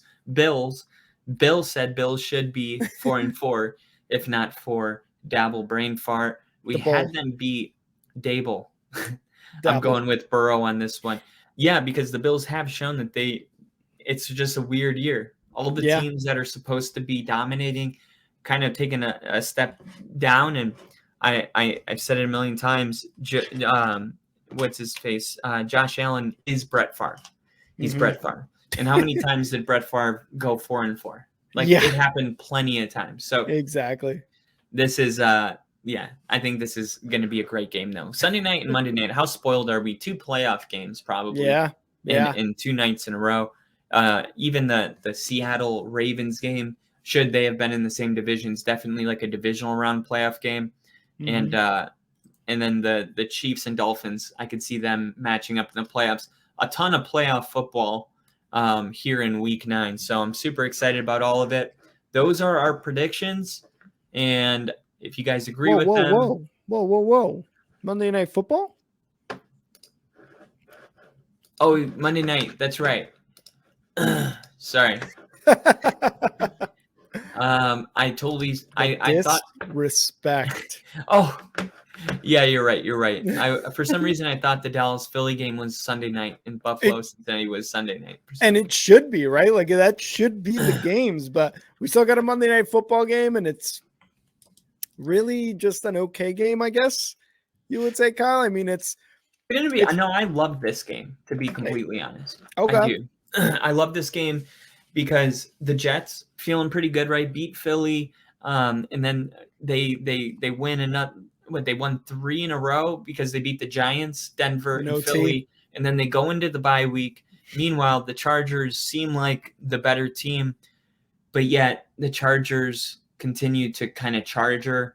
I think that this game is going to be a good one, but I gotta. Oh man, I don't know. I'm taking the Jets. I'm taking the Jets at home because of their defense. One team has a great defense. That team happens to be at home, and then the Jets are coming off a bye week. Give me the Jets. And Zach Wilson was just on vacation with his girlfriend, who's pretty hot. So he's getting laid. That's really good for his mental. So I think he's going to come out loosey-goosey, and I think it'll help. And this one that, like, when we were talking about the Giants earlier, I was like, Bill, the Giants are going to get the dub, and I'm still going to get my New York tears because I think the Chargers are going to come into New York and beat the Jets. I'm getting my New York tears this week. No. 2 weeks in a row. Kyle loves that sound. I think you said this is going to be a good game. I think this is going to be a good game. I think this is going to be a good game in the worst way, where we see like the Chargers go downfield and yet they're going to get it like Herbert's going to throw an interception to the defense of the Jets, and the Jets will be down at like the 15, and then the Jets will get down to like the 45 and then have to punt it away. And it's going to be like that the entire fucking game. Like, there might be field goals. There might be 2 touchdowns scored in this game. I don't know. I just, like you said, the Jets have a great defense. The Chargers have a good offense. They just came off a huge win against the Bears on Monday night. Somewhat so, or not. Was it Monday night or was it Sunday night? I think it was Sunday night. Sunday night. Yeah, so they get that extra day of rest too. I think I'm going to go with the Chargers. Yes, the Jets are coming off their bye week and they're coming off a good string of wins. But kind of like Bill said, the Jets didn't really win that Giants game. Dable just had a fucking terrible coaching decision there at the end, and the Giants won. Yeah, I mean, yeah, and again, I think I'm going to blame Dable on this one for the bad decision on coaching wise. The Jets are not good offensively. They are not. They are leaning hard on their defense and hoping and praying they can get into the postseason. So Aaron Rodgers has the possibility of coming back. I just can't see the Jets win this one. And yet somehow I think they're going to win it, but I'm still taking the Chargers just because they have the much better offense, and they're coming off a good, nice little feel-good win against the Bears. So I'm taking the Chargers to give me those New York tears. Yum, yum, yum, yum, yum. Well, one more thing is that this Jets team reminds me of Tim Tebow in 2010, where it's like, how do they keep winning? But it's like they're losing, and then all of a sudden they're kind of like that. That reminded me of Tebow time, what we saw with the Jets. Like, it's very similar, and I think as long as they have the defense, and now that they've won 3 in a row, like they truly believe. Because it's one thing to be like, no, I believe we have a good team. It's another thing to be on a 3-game winning streak. Like, it just changes everything. And then them playing at home, I think that's what really makes the big difference. But I think this Jets team is going to continue to win improbable games in improbable ways. And I think they're going to end up being in the hunt late in the season. And I do think Aaron Rodgers comes back. That's why he's on my fantasy football bench right now. Oh, shit. Because I do have him coming back, along with a $10 bet for the Jets to make the Super Bowl, which pays out massively. So I do think with this defense, if Rodgers does come back, and I mean, the sky's the limit if Zach Wilson can keep them. And I think everybody kind of understands that the way their play calling is very like, hey, all we got to do is enough to win the game, and we'll be there late in the year. And the Jets are doing that. So, if the Chargers win, not surprised, but I'm gonna go with the Jets to keep winning in a weird fashion. All right. Yeah, I like it. We'll see what happens this week as opposed to last week. Kyle and I have a lot of different opinions on this one. For sure. So that was our last game on our Week 9 slate for predictions. I think we disagreed on every game, it seems like. Pretty much, yeah. I'm not even sure if there might be a couple, but that just shows you, man, this is a really interesting week. Because I know we disagreed on the Jets, Buffalo, Dallas, Giants, Carolina. No, we both Giants. I think we both had the Giants in that one.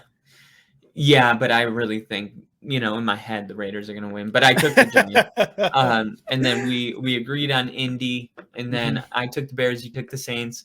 And then I think we both took New England. Did you take Washington? I did. Okay, yeah, so we disagreed on that one. Tampa, Houston, we agreed. Oh, yeah. The Packers game, we disagreed. Yep. The Cleveland game, we agreed. The Seattle-Baltimore game, I don't even think I picked. That's crazy. I think I said don't touch it and left it alone. I said Ravens. You took Ravens? That's my game of the week right there. Well, I'm taking Seattle.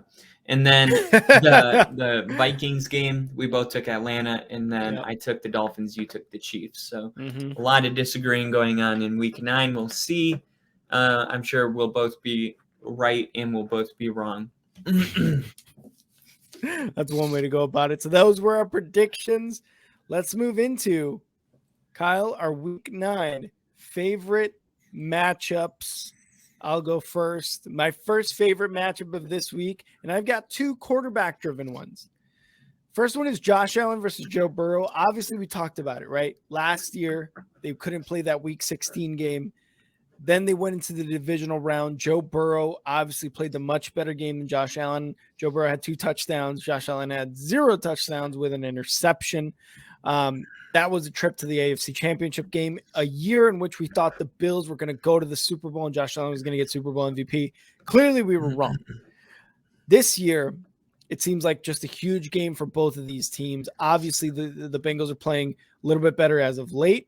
I think the Bills are the better team overall, and I've got the Bills winning. But Josh Allen versus Joe Burrow, this is going to be a good one. It's not necessarily a head-to-head. It's just who plays better against each other's defense, and that's one of the matchups I'm looking forward to in Week 9.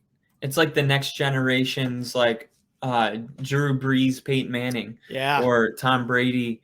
No, Tom Brady would be Mahomes, but yeah, this is the new matchup that we look forward to as football fans. Mine is so when you look at the Giants and the Jets, they both in the last 3 games are averaging. Giants are third, Jets are fifth, and then if you look at just the season in a whole, this is the thing. They're playing the Chargers. Now the Chargers have the 31st ranked passing defense in the NFL. So the Giants, whether we acknowledge it or not, have made some adjustments defensively, and that was enough to keep the Jets from, being able to gain any yards. However, the matchup I'm looking at is that maybe this actually turns in to the opposite of what we think. I think a lot of people are thinking 16-13. Try 35-28. Oh my Right? God. Because this Chargers defense is exploitable. They're not good. The Bears weren't able to do it with Bajan, but that's the Bears and Bajan. Okay. I do think Robert Saleh and the weapons they have, this is a good opportunity for Zach Wilson coming off a bye to have a big game. So my matchup I'm looking at is the Chargers passing defense versus Zach Wilson. And I do think Zach Wilson gets over 300 yards passing. Wow. Wow. Hell of a matchup right there. Hell of a prediction. My next one is one that we think is going to be the game of the week. Again, I said this was going to be the last game you're going to watch on Sunday because it's going to go down to the wire while the other PM afternoon slate games are basically over with. Jalen Hurts versus Dak Prescott. Dak Prescott has an 8-3 record versus the Eagles. Yes, the Jalen Hurts was able to beat, I believe it was Cooper Rush and the Cowboys last year. But Dak Prescott has a damn good record against the Eagles. Now, I still pick the Eagles to win, but this is going to be very, very interesting to see how that goes. Out of the Eagles' 12 regular season losses since 2021, 3 of them are against this Cowboys defense and Dan Quinn. So Jalen Hurts is going to have a tough week ahead of him, and Dak Prescott is going to look to build on that winning record against the Eagles. So again, another one that isn't necessarily a head-to-head, but it's who's going to be the better quarterback in this game. Jalen Hurts, we've seen struggle. Dak Prescott, we've seen struggle for sure over the years. It's just who's gonna be able to have the least amount of interceptions this week. Jalen Hurts or Dak Prescott. That's my second favorite matchup of this week. All right, so my matchup is, so obviously Miami had that game where they ran for 500 yards, okay? But Denver beating the Chiefs in a way I think gave a blueprint, right? You got to play good defense and you got to run the football. Denver ran for 153 rushing yards on the Chiefs, which last week ranked 6th of every team. When you look up who's the top running football team in the league, Miami's number 1 with 151.8. However, it's super inflated because the Denver game. Cleveland, Baltimore are, right underneath, which is probably a little more realistic. But when you look at Miami's last 3, Miami ran the football not very well. I wrote it down here. Here it is. In the last 3 games, they're averaging less than 100 yards on the ground.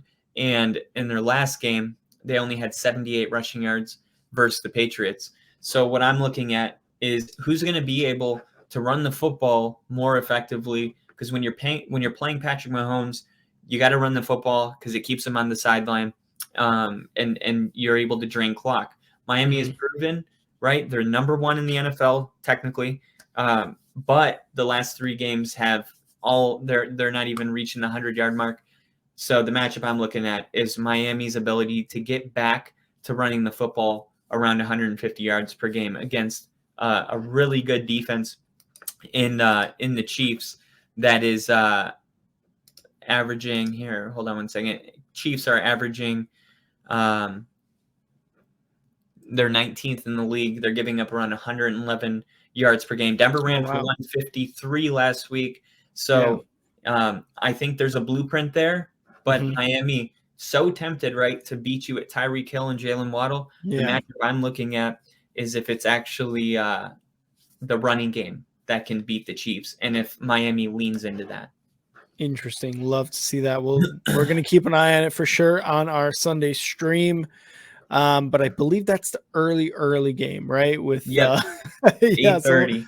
we will definitely have the final score for you for sure. We will absolutely have that for you. Kyle, do you have any more favorite matchups for week 9? There was one last thing. It was in the fourth quarter. If you look up offense by quarter, the last place team in the NFL is the Chiefs. They're averaging 2.4 points per quarter, and you can't be like, well, they're blowing everyone out, because they weren't, right. They have losses on their record. So Yeah. at this point, I am a little worried about I'm not personally worried, but if you're a Chiefs fan, you're worried about the Chiefs' ability to get in the end zone. Averaging less than a field goal in the fourth quarter is atrocious, right? That is very, very bad. And meanwhile, Miami is 8th in the NFL, averaging more than a touchdown. So if it does come down to the wire, look for the Chiefs to have to, defy what they've been doing all season long in order to win in the fourth quarter, which is score more than a field goal. Interesting. Love it. Love it. Love it. Love it.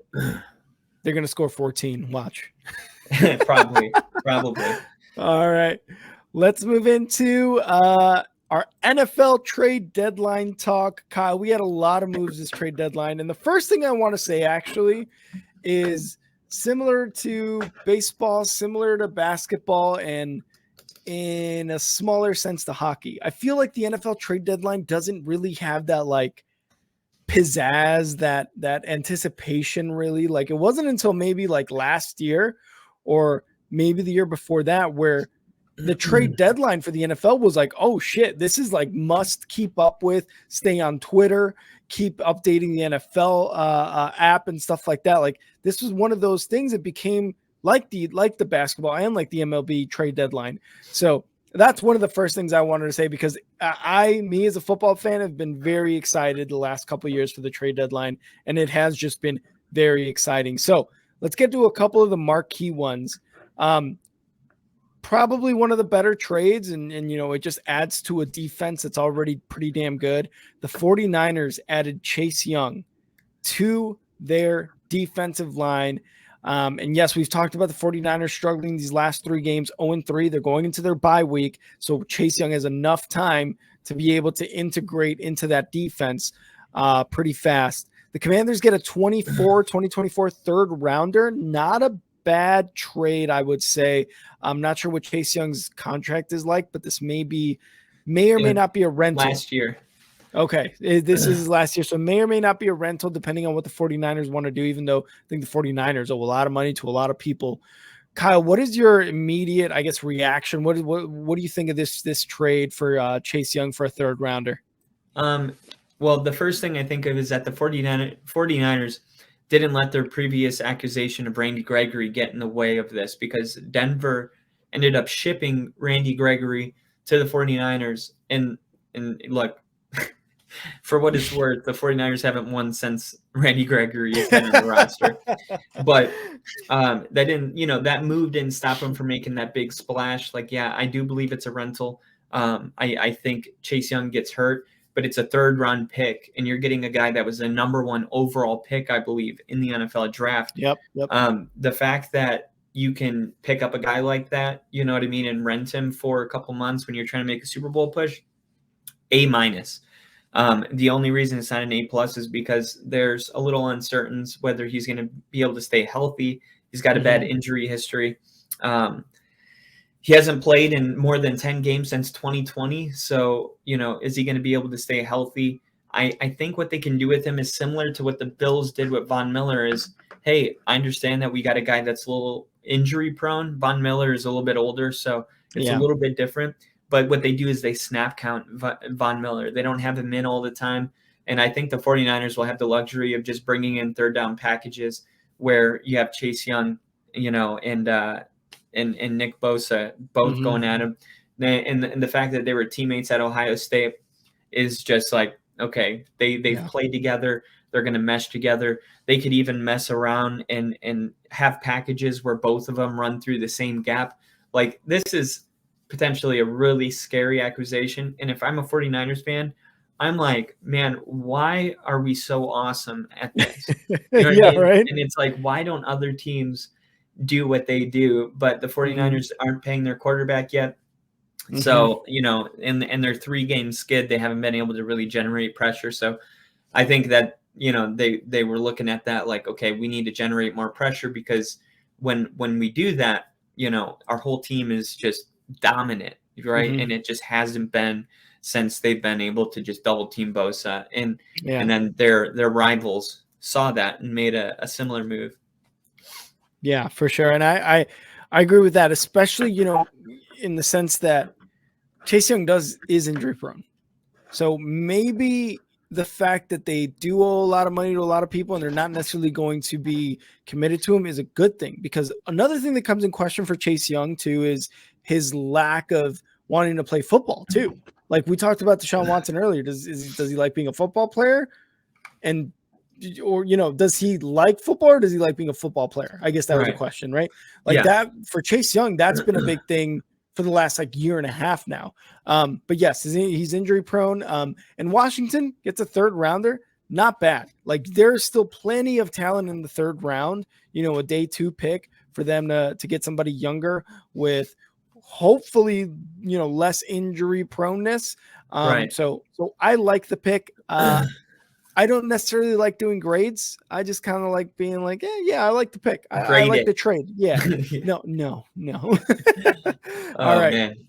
Next one up is another Commander going to another NFC team. The Bears added Montez Sweat and gave up a 2024 2nd rounder. It's like they didn't learn from Chase Claypool last week, but kind of like you said with Randy Gregory and the Broncos, the Miami Dolphins have been struggling ever since they sent Chase Claypool over there. So maybe they have a relationship.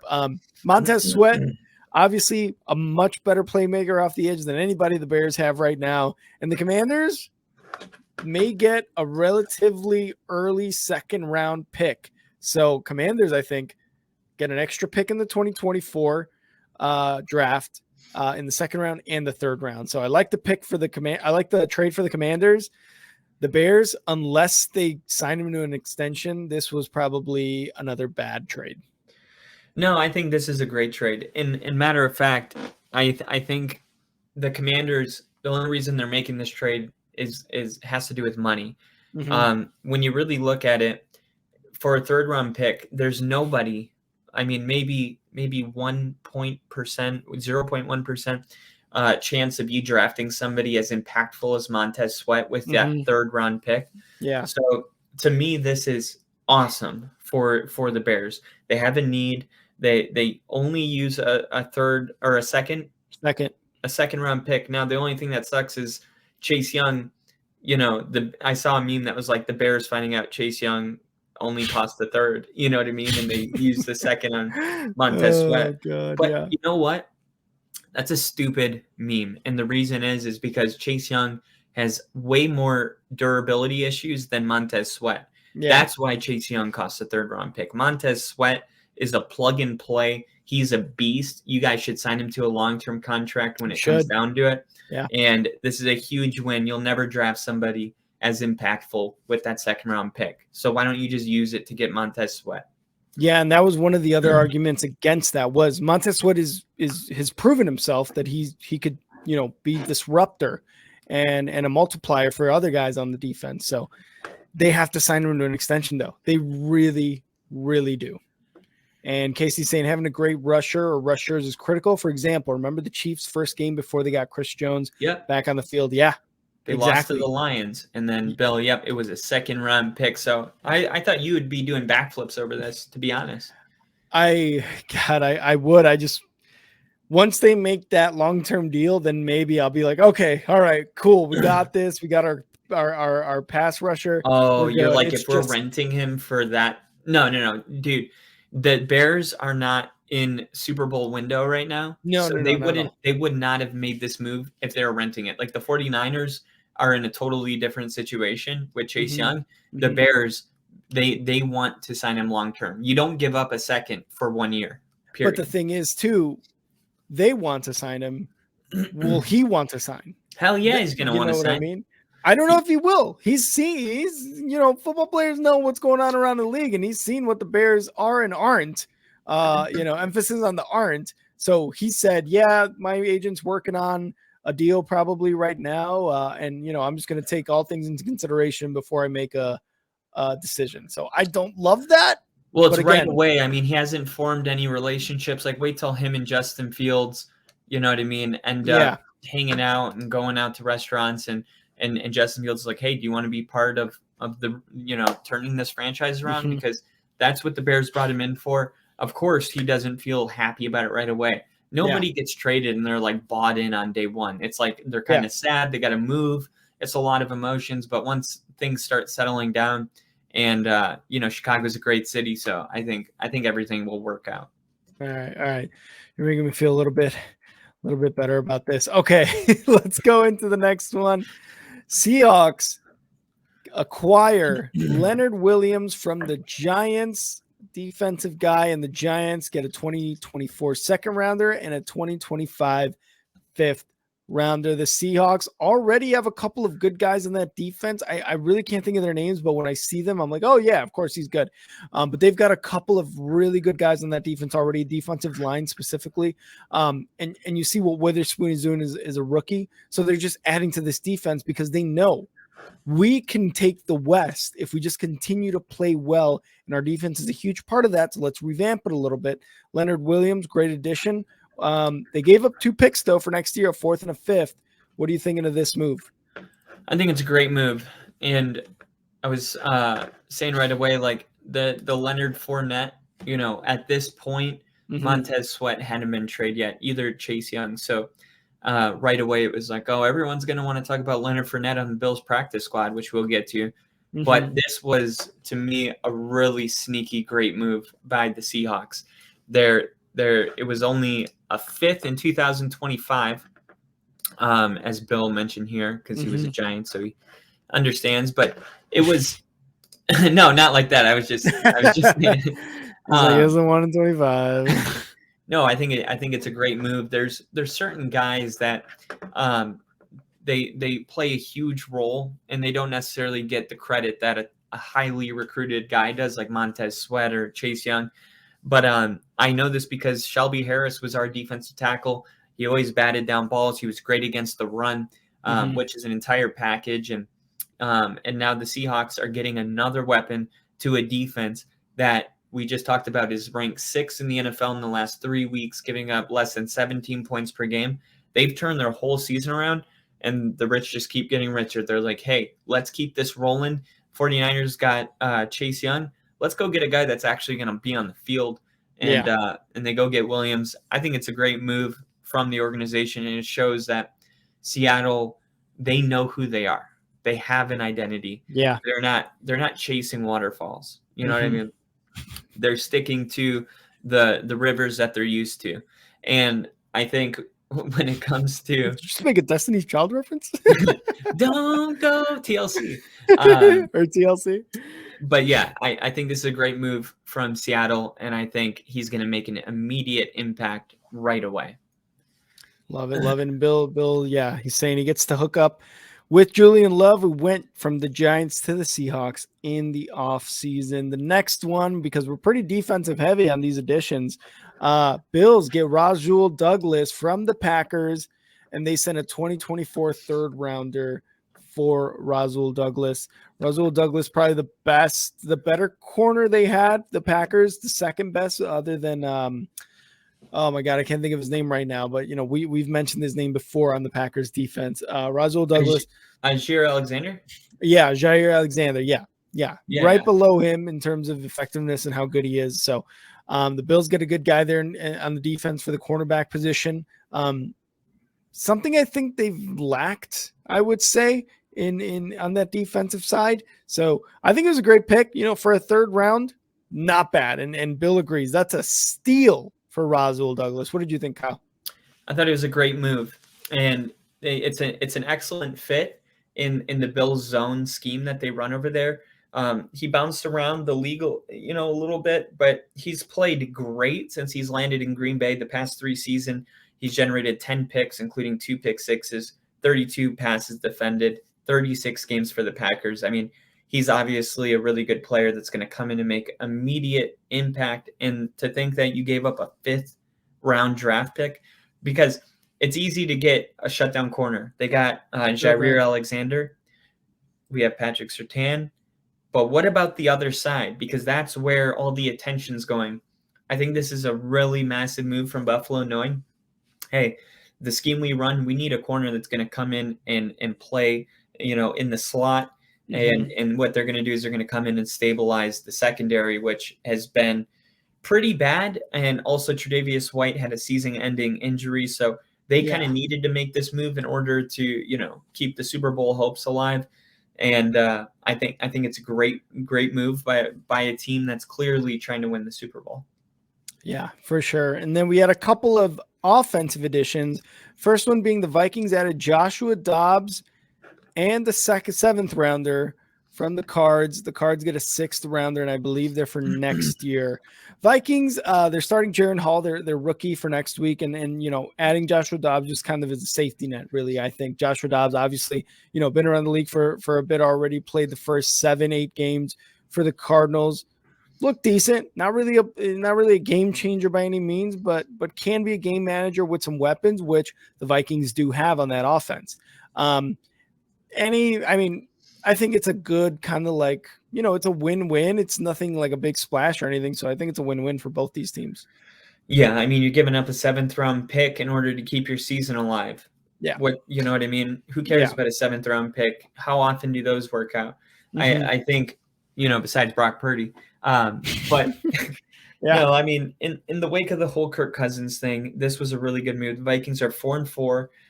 They've turned their season around. Their defense has kind of snapped out of it. We've seen a lot of bad teams kind of turn Isn't it amazing that all the bad teams that started winning turn their defense around? Do you ever have a question about how important defense is? Just, open your eyes. I mean, this is a really important part of our game. And we knew that Brian Flores was eventually going to get it rolling. He was great. He would have been awesome in Miami if they didn't ask him to tank. He had integrity, so he got pissed off and left. Obviously, I don't know exactly how that worked out, but I know that the Vikings got a good coach. And Kevin O'Connell on the Pat McAfee show today was saying, we have so many weapons. TJ Hawkinson, they're about to get Justin Jefferson back, Alexander Madison. The USC, Jordan Addison. Oh, yeah.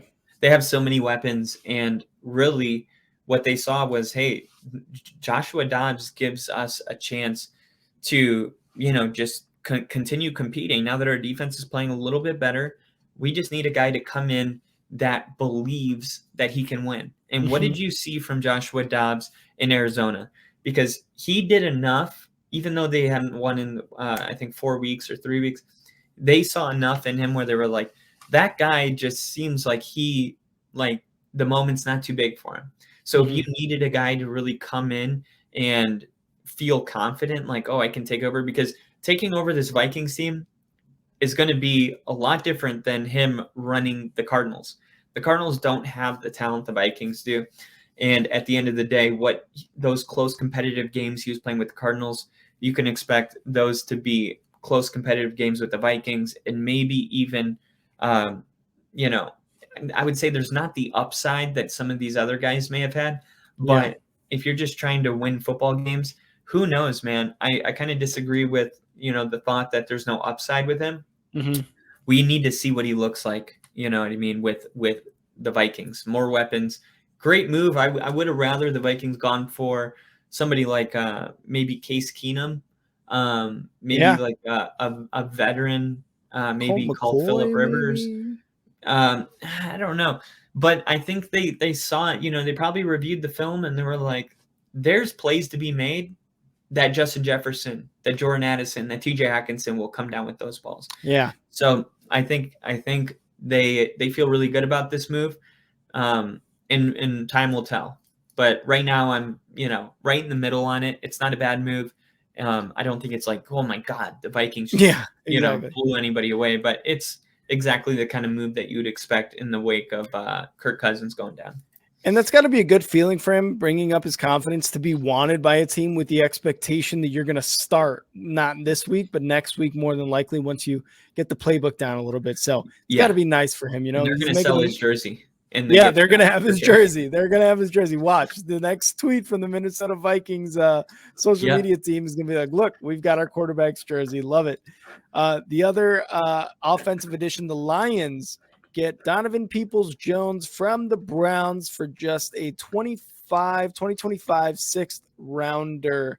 The Lions not getting a lot of production from their wide receiver 3 position. It's really been Amon-Ra St. Brown and what's his name? Reynolds, I believe.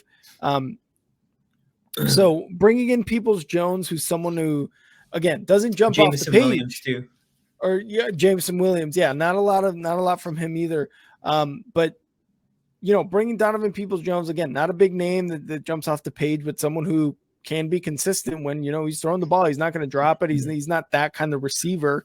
And for a 6th rounder, I believe that's what I said, a 6th rounder in 2025, not bad. Because the Lions, again, another team that needs to add to their depth because they're definitely going to try to make a run. They're going to win the NFC North. It's just that they need that depth and they need that production from the 3rd, 4th, 5th level guys. Yeah, the Browns drafted Peoples-Jones in the 6th round in 2020. So technically, they just walked away from the money and got a higher pick. This is one of those win-win trades. I mean, like you said, they haven't been getting consistent play from anybody that's not Amon-Ra St. Brown. And when you look at Donovan Peoples-Jones, he's 6'2". So he has the ability to kind of stretch the field and be that big target downfield, which in turn is going to help, Josh Reynolds and Jameson Williams, who's struggling to produce consistently since returning from suspension. So I do think that this is one of those trades where it's like everybody kind of wins. And, we'll wait and see if he makes an impact right away or if this is just a depth type thing.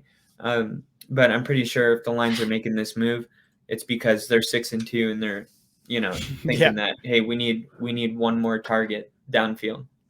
All right, Kyle, do you have any other trade deadline things you want to talk about before we move on? Katavius Street. The Falcons received Katavius Street from the Philadelphia Eagles. They gave the Eagles a 2024 6th round pick, and they received Katavius Street in a 7th round pick. He's a defensive lineman. So Grady Jarrett's season-ending ACL injury was the reason that they added to the defensive line. So, the Philadelphia Eagles are so deep, you know what I mean, that they could probably afford. I mean, they have so many people because of the depth that would be starting on most rosters, but because they're playing for the Eagles, they end up being, backup or 3rd-string players. So I think this is a big win for Atlanta, giving a 7th round pick to somebody that's been in a culture of winning, somebody that's been around, these rookies that are going to win, Rookie of the Year. And, when you bring in a winner, now it sucks for him as a person, right? Because he's like, oh, we were about to win the Super Bowl and now I'm a fucking Falcon. But hopefully he has a good attitude about it and he can bring winning culture to Atlanta. That's all I got. All right. Well, that was our trade deadline talk. And now let's move into Kyle. Let's move into the little Chives. The little finisher, the little Chives. With the Joker. The Joker. Okay. My Chives today. Hold on. Do I have it up on here? Maybe I the Chives. There they are. Hey. Right. Today's Chives is the about the Buffalo Bills and the Cincinnati Bengals. So did you know that during this whole entire year, Buffalo is ranked 1st in 4th quarter points per game? Not only are they 1st, San Francisco is 2nd with 8. Buffalo has over 10. They're at 10.4. That checks, yeah. So, should this game come down to the wire, right? Cincinnati averaging 0.3 points per game in the fourth quarter, right? Because we're getting to the part of the year where these stats actually mean something because it's been a sample size, of 9 weeks now. There's no team better in the NFL in the fourth quarter than Buffalo this year. So if Cincinnati takes a lead going into the fourth quarter at home, it's actually not over. That's my check. Love it. I love it. And that is something that we've brought up recently too. Like, wow, the Bills don't score until the fourth quarter, or this in the fourth quarter. Like, where's the offense? That's huge in a game like this. So yeah, great chives there, Kyle. And real quick, I just want to say thank you to everyone who tuned in today. The Grossi Posse, Tom Grossi, again, thank you for rating us for this third time, I believe. We appreciate all of it. And if you didn't mean to do it a third time, still, thank you. We really do appreciate it. We're a growing channel, and the more, the more people we get here to stay with us, it's just great for us. And again, we extend our thanks to not only the people who subscribed and follow and listen and share, but also to Tom Grossi, who we're going to do the same thing once we get up there and on his level for sure. So thank you again, everybody who tuned in. And always, you can follow me at And Now Rick on Twitter. Kyle, where can they follow you on Twitter? You can follow me at FTBLONLYPODCAST. Thank you for everybody that followed today. I'll follow back. Man, what a great day of streaming. And it was all because of you, Bill. Thank you for making it all possible. Thank you for telling Tom Grossi to rate us. It's really cool to watch this channel grow because of the people that actually love this channel. So thank you. Yeah. So big ups to Bill. Thank you so much for that super chat up there.